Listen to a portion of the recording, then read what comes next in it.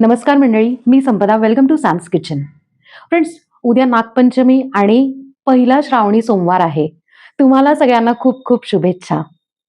आता प्रत्येकाकडे आहे ना, नागपंचमी म्हणलं की काहीतरी नैवेद्य असतोच आणि त्यातल्या त्यात तर महाराष्ट्रीयन पारंपरिक ह्याच्यामध्ये ना, घरांमध्ये तर आहे ना, पुरणाचे दिंड, काही जण गव्हाची खीर करतात, कोकणामध्ये पातोळ्या करतात. तर आज आपण आहे ना, मस्तपैकी महाराष्ट्रीयन पद्धतीचे पारंपरिक असा नैवेद्य पुरणाचे दिंड करणार आहोत. अगदी साधी सोपी रेसिपी आहे आणि महत्त्वाचं म्हणजे हे जे पुरण आहे ते तुम्ही आदल्या दिवशी करून ठेवलं तरी चालेल, किंबहुना केलंच पाहिजे. कारण त्या दिवशी तर आपण आहे ना पुरण मिक्सर वगैरे काही वापरत नाही, कट करत नाही, म्हणजे चिरत नाही, कापत नाही. ह्यासाठी आदल्या दिवशी पुरण केलं तर खरंच काम सोपं होईल बरं का. 3, 2, 1. आता एक दिंड आहे ना, मी तुम्हाला जस्ट असा फोडून दाखवते. इतकं सुंदर.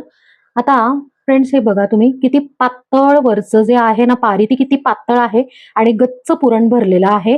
ज्यावेळेला तुम्ही आहे ना पुरणाचे दिंड वाढता त्यावेळेला अशा पद्धतीने थोडं कट करायचं आणि छानपैकी पातळ तूप त्यात घालायचं, म्हणजे तूपही आतपर्यंत जातं. नागपंचमी विशेष पुरणाचे दिंड करण्यासाठी आपण इथे ना हरभरा डाळ भिजवली आहे. तर एवढं जे बाऊल आहे ते अर्धी बाऊल आपण आहे ना डाळ ह्याच्यात भिजवून घेतलेली आहे, रात्रभर भिजवलेली आहे. जर तुम्हाला रात्रभर भिजवायची नसेल तर अगदी कडकडीत गरम पाण्यात आहे ना 1 तासभर भिजवली तरी चालेल. आता हा जो कुकरचा डबा आहे तो कुकरमध्ये ठेवून आपण एक 5 ते शिट्ट्या करून छान मऊ शिजवून घेऊयात ही डाळ. पुरणाची डाळ जी आहे त्याच्या शिट्ट्या झाल्यात आणि ती गार करायला ठेवली आहे. तोपर्यंत आपण आहे ना पारीचं आहे ना पीठ भिजवून घेऊ. इथे मी काय केलंय की आहे ना एवढं सेम बाऊल आपण सगळ्याला वापरणार आहे. 1.5 बाऊल आपण आहे ना इकडे गव्हाचं पीठ घेतलेलं आहे. त्यात चिमूटभर मीठ, 1 चमचा तेल आणि आता आपण ही जी कणिक आहे ती घट्ट मळून घ्यायची. कारण होतं काय माहितीये का, की ज्या वेळेला आपण कणिक जी आहे भिजली ना, की आपण ज्या वेळेला लाटतो वरची जी पारी आहे दिंडाची, तर त्यावेळेला ती लूज पडते आणि मग काय होतं, की दिंड असे ना छान घट्टसर असे व्यवस्थित दिसत नाही ना, म्हणून आपण घट्ट कणिक भिजवून घेऊयात. कणिक आपण घट्ट मळली, त्याच्यात ना थोडंसं आपण तेल घालून घेऊया आणि परत एकदा ना फक्त मळून घेऊ, म्हणजे तेल सगळीकडे ग्रीज होईल. आता याच्यावर झाकण ठेवून 15 मिनिटं बाजूला ठेवू आणि आता आपण पुरण करायला घेऊयात. पुरणाची डाळ इतकी सुंदर शिजलेली आहे, मी तुम्हाला जस्ट दाखवते. हे बघा, इतकी सुंदर शिजलेली आहे. मी काय केलंय, ह्याच्यातलं पाणी सगळं आहे ना एका पातेल्यात काढून घेतलेलं आहे. आता या पाण्याचा तर आहे ना दिंडासाठी उपयोग होणारच नाहीये. हे कुठल्याही तुम्ही आमटीमध्ये घालू शकता. आपण आता काय करूयात, ही जी डाळ आहे ती मिक्सरमध्ये काढूयात आधी. मिक्सरवर आपण आहे ना पुरण इतकं छान वाटून घेतलेलं आहे. हे बघा, इतकं सुंदर झालेलं आहे. इनफॅक्ट ना पुरणाच्या पोळीसाठी सुद्धा तुम्ही यांना ही ट्रिक वापरू शकता. आता काय करायचंय, आपण पुरण शिजवायला घेऊयात. पुरण शिजवण्यासाठी मी ना इकडे मीडियम साईजची कढई ठेवली. त्यात ना अर्धा चमचा तूप घालूयात. तूप वितळायला लागलं की हे सगळं पुरण याच्यात काढून घेऊया. पुरण सगळं ह्याच्यात काढून घेतलं ना की आपण गूळ टाकायचा आहे. जेवढी डाळ असते तेवढा गूळ टाकायचा. आपण अर्धा बाऊल आहे ना डाळ घेतली होती, अर्धा बाऊल आहे ना इकडे गूळ घातलेला आहे. ही गुळाची पावडर आहे. तुम्ही आपला नेहमीचा गूळ कट करून घातला तरी चालेल. आणि त्यात ना अगदी 2 चमचे आपण दूध घालणार आहे. बट फ्रेंड्स, आपण आहे ना ह्याच्यात ना दूध आणि तूप का घातलं माहितीये का, की त्यांनी आपल्या पुरणाला खूप चव छान येते म्हणून. आता काय करूयात, हे सगळं मिक्स करू आणि नेहमीप्रमाणे आपण आहे ना पुरण छान शिजवून घेऊया.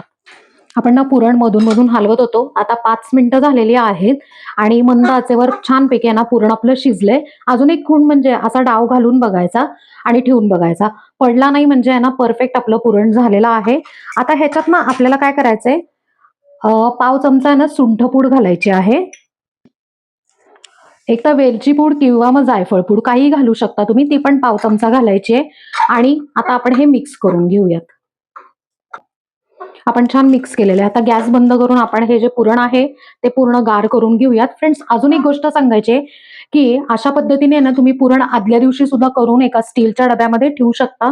म्हणजे ज्या वेळेला आपण करायचं आहे दिंड त्यावेळेला फक्त कणिक भिजवली, पुरण फक्त भरलं, दिंड उकडाय ठेवलं की झालं काम.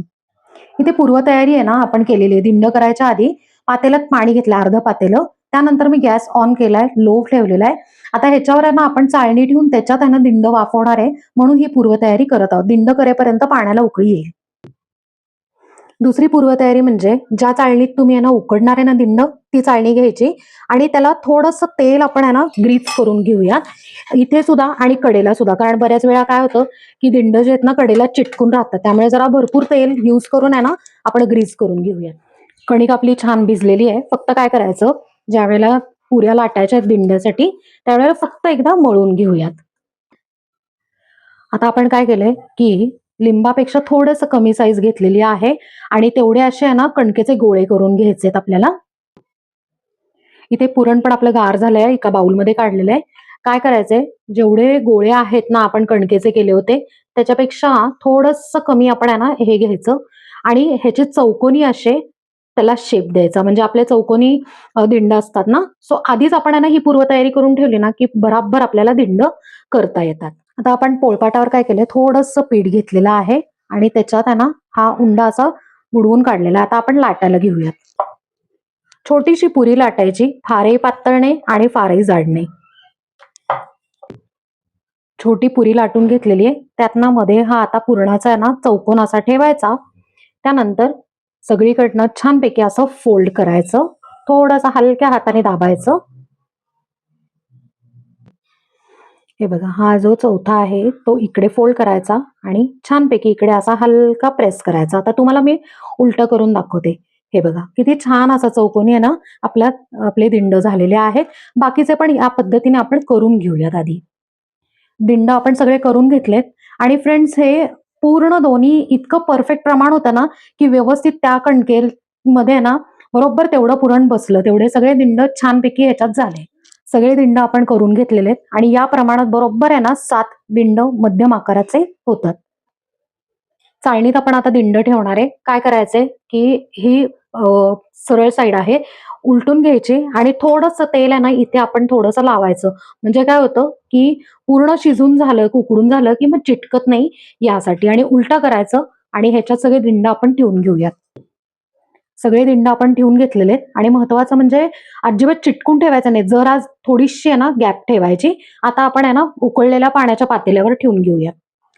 फ्रेंड्स, पाण्याला इतकी छान उकळी आलेली आहे. आता काय करायचंय, मीडियम गॅस करायचा आहे आणि त्याच्यावर ही चाळणी ठेवून 15 ते 20 मिनिटं झाकून आपण छान उकडून घेऊयात. 20 मिनिटं झालेली आहेत. आपण आहे ना आधी पहिला गॅस लो करूयात आणि मग झाकण उघडूयात. फ्रेंड्स, एक 10 सेकंद वाफ गेली ना की मगच हात लावायचा, कारण वाफ हातावर येते, भाजू शकतं म्हणून. आता इकडे आपण काय केलंय, बोट लावून बघितलंय. बघा, अजिबात चिकटलेलं नाहीये. परफेक्टली आपले दिंड जे आहेत ते छान उकडलेले आहेत. गॅस बंद करून आता आपण हे कोमट करून घेऊयात. आपले जे दिंड आहेत ना ते बऱ्यापैकी आहे ना कोमट आहेत. आता मी तुम्हाला दाखवते, अजून एक उचलून दाखवते. बघा, अजिबात चिटकलेले नाहीयेत आणि तुटलेले सुद्धा नाही. चिकटले की ते तुटतात, पण आपण तेल वगैरे लावून घेतलेले त्यामुळे अजिबात नाहीये. आता आपण आहे ना हे दिंड जे आहेत ते प्रसादासाठी एका ताटात काढून घेऊयात. मंडळी, नागपंचमी विशेष मस्त असे पारंपरिक आणि पौष्टिक पुरणाचे दिंड इथे तयार आहेत आणि आपण त्याचबरोबर आहे ना मस्त गरमागरम तूपही त्याच्याबरोबर सर्व केलेलं आहे. तर मंडळी, नागपंचमीचा जो नैवेद्य आहे आज आपण केलेला, तो कसा वाटला तुम्हाला? आहे ना साधा सोप्पा आणि परफेक्ट प्रमाण दिलंय. जेवढी आपण कणिक भिजवली तेवढेच पुरण सुद्धा झालेलं आहे. दोन्ही एकाच वेळेला संपलं. परफेक्ट असे छानपैकी ना दिंड झाले. ह्याच्या आधी सुद्धा आपण आहे ना 2 पद्धतीचे आहे ना नैवेद्य केले होते. एक गुजराती पद्धतीचं बाजरा कुलेर म्हणून आणि कर्नाटकी पद्धतीचं तंबिटू म्हणून. दोन्हीच्या लिंक्स डिस्क्रिप्शन मध्ये देते. दोन्हीही पौष्टिक आहेत बरं का. चेक केलं नसेल किंवा नवीन सबस्क्रायबर आहेत, नक्की चेक करा आणि आपल्या चॅनलला सबस्क्राईब करा, लाईक करा, शेअर करा आणि बेल आयकॉन नक्की प्रेस करा. थँक्यू.